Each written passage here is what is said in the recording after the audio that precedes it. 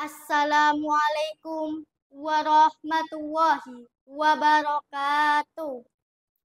Yang terhormat Kepala SMPN 1 Rembang, Ibu Dra Indria Wahyuni, MMPD. Dan para Bapak Ibu Guru beserta staf TU SMPN 1 Rembang yang saya hormati, dan tak lupa teman-teman saya yang saya sayangi.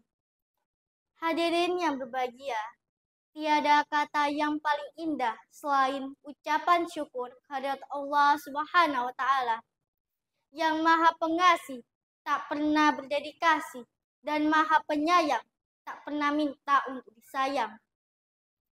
Salawat dan salam semoga selalu tercurahkan kepada Nabi besar Muhammad SAW. Hadirin sekalian, ada pepatah yang mengatakan, tak kenal maka tak sayang. Maka perkenalkan, saya Aurel Putri Ramadhani Krisanto dari kelas 7A, siswi SMPN 1 Rembang. Pada kesempatan ini, saya akan menyampaikan pidato dengan tema Bahasa Persatukan Bangsa.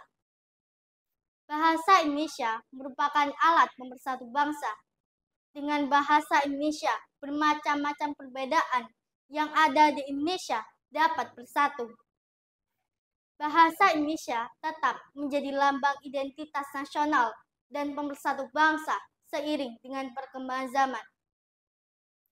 Hadirin yang berbahagia, pada tanggal 28 Oktober 1928, para pemuda Indonesia berkumpul dan melakukan ikrar Sumpah Pemuda.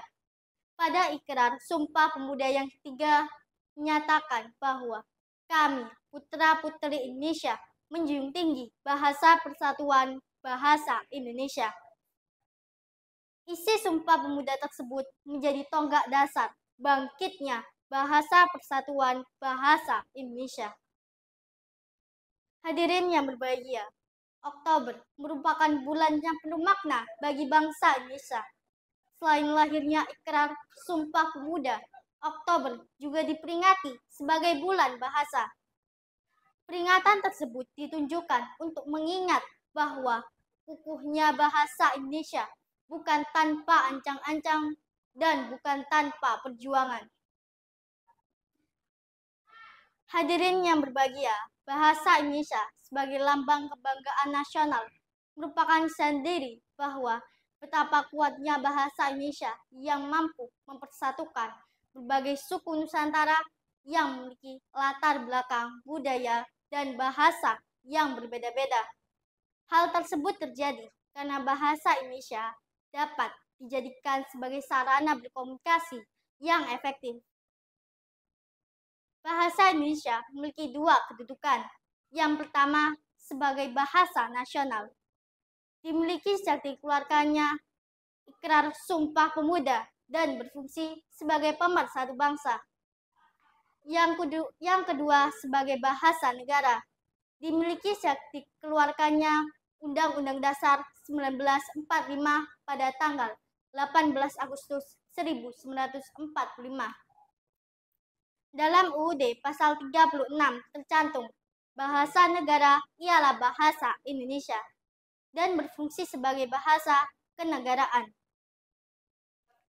Hadirin yang berbahagia, kita sebagai generasi muda, penerus bangsa, sudah seharusnya untuk mempertahankan dan melestarikan bahasa Indonesia.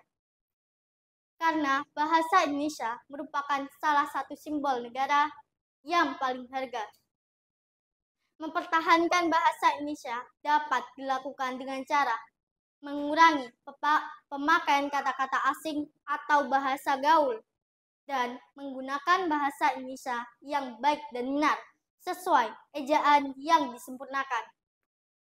Sekian pidato dari saya, akan saya tutup dengan sebuah pantun. Siswa-siswi pergi tamasya, mampir ke pasar beli semangka. Saya cinta bahasa Indonesia karena bisa persatukan bangsa.